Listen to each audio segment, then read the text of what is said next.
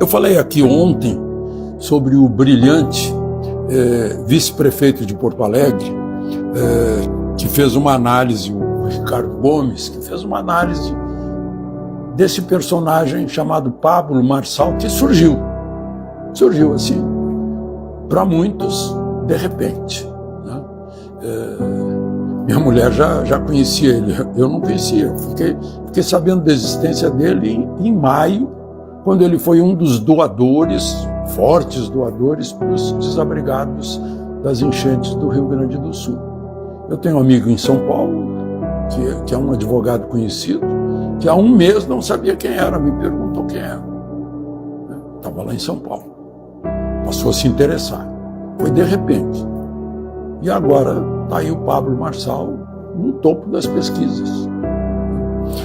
Bom, aí eu falei da análise feita pelo prefeito de Porto Alegre, vice-prefeito de Porto Alegre, e agora eu vejo uma análise também muito lúcida, como tudo que ele escreve, do José Roberto Guzzo, na Revista Oeste. Aí eu anotei aqui algumas coisas, né?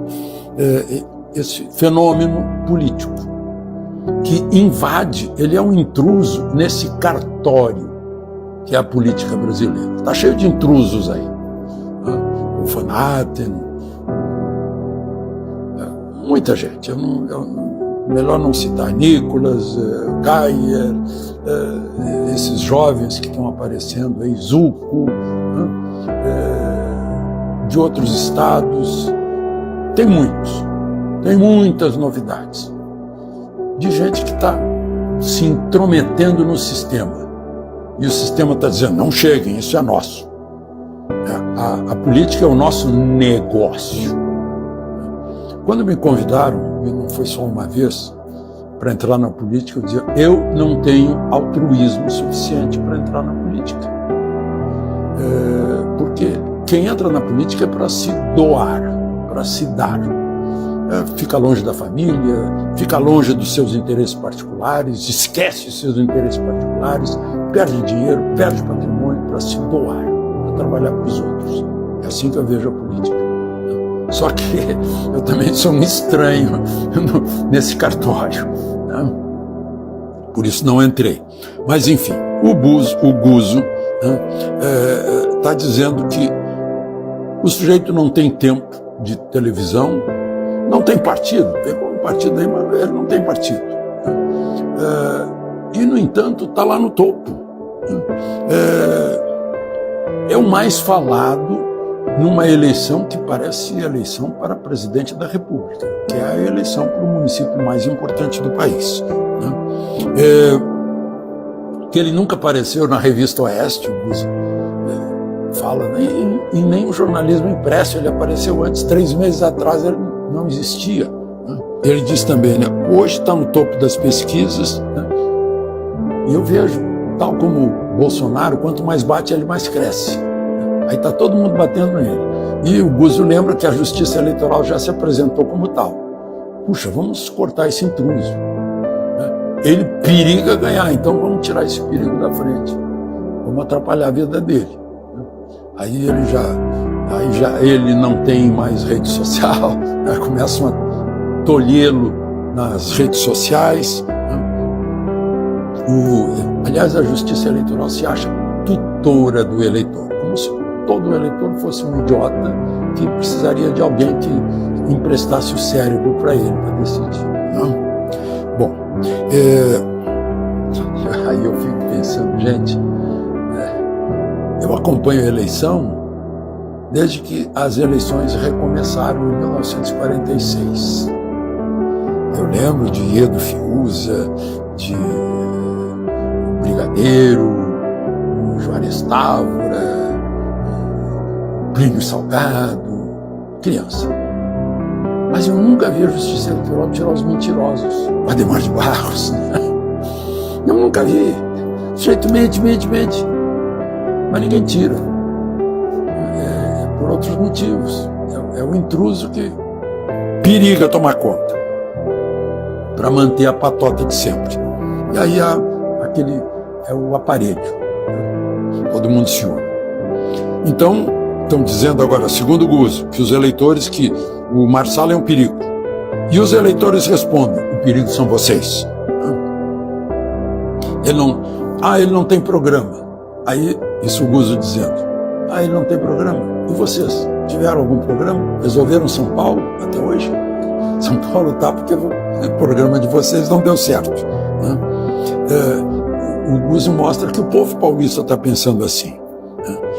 Assim como tentaram tirar Bolsonaro no dia 6 de setembro de 2018, estão tentando tirar o Marçal agora. Né?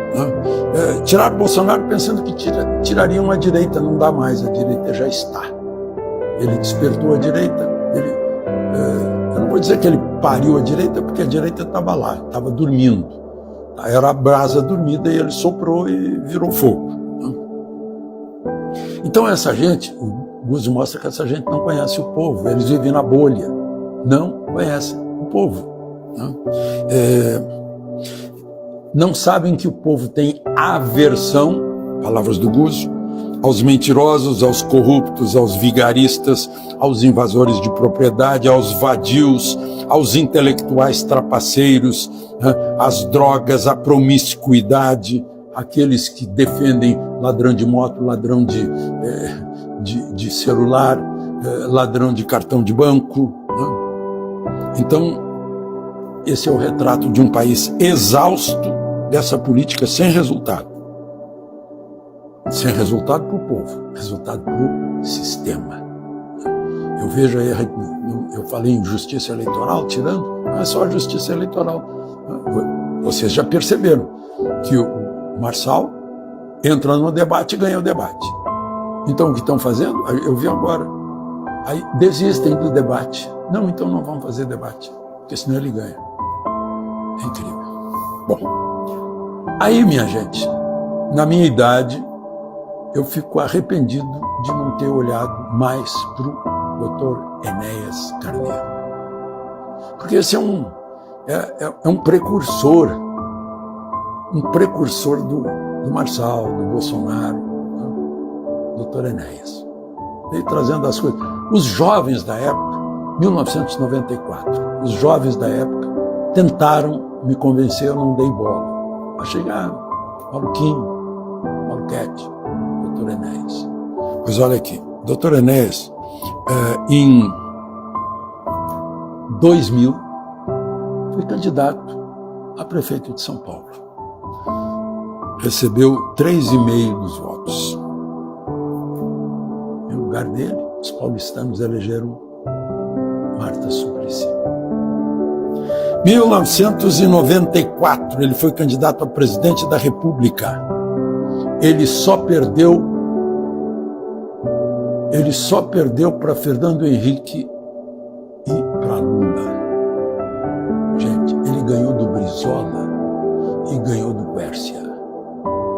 Ficou em terceiro lugar. Candidato a deputado federal em 2002, ele fez 1.570.000 votos. O que ele não tinha, que não conseguiu? Ele ficou nas mãos dos grandes jornais, das grandes televisões, das grandes emissoras de rádio. Cortavam, ele não tinha chance, não tinha rede social. Aí ficou isolado, desconhecido. Apenas uns jovens que acompanhavam de alguma forma e tentavam convencer os mais velhos, como eu, e eu disse, é um novo aí que está aparecendo, maluco, e não era.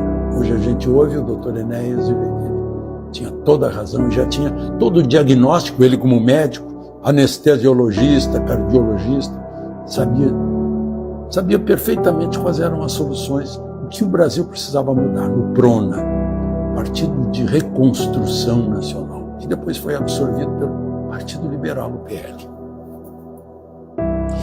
Pois é, minha gente, então, esse é o país. Só uma breve pensata sobre as nossas escolhas, nossas opções e, mais importante, sobre aquilo que querem nos impor, os nossos pretensos tutores.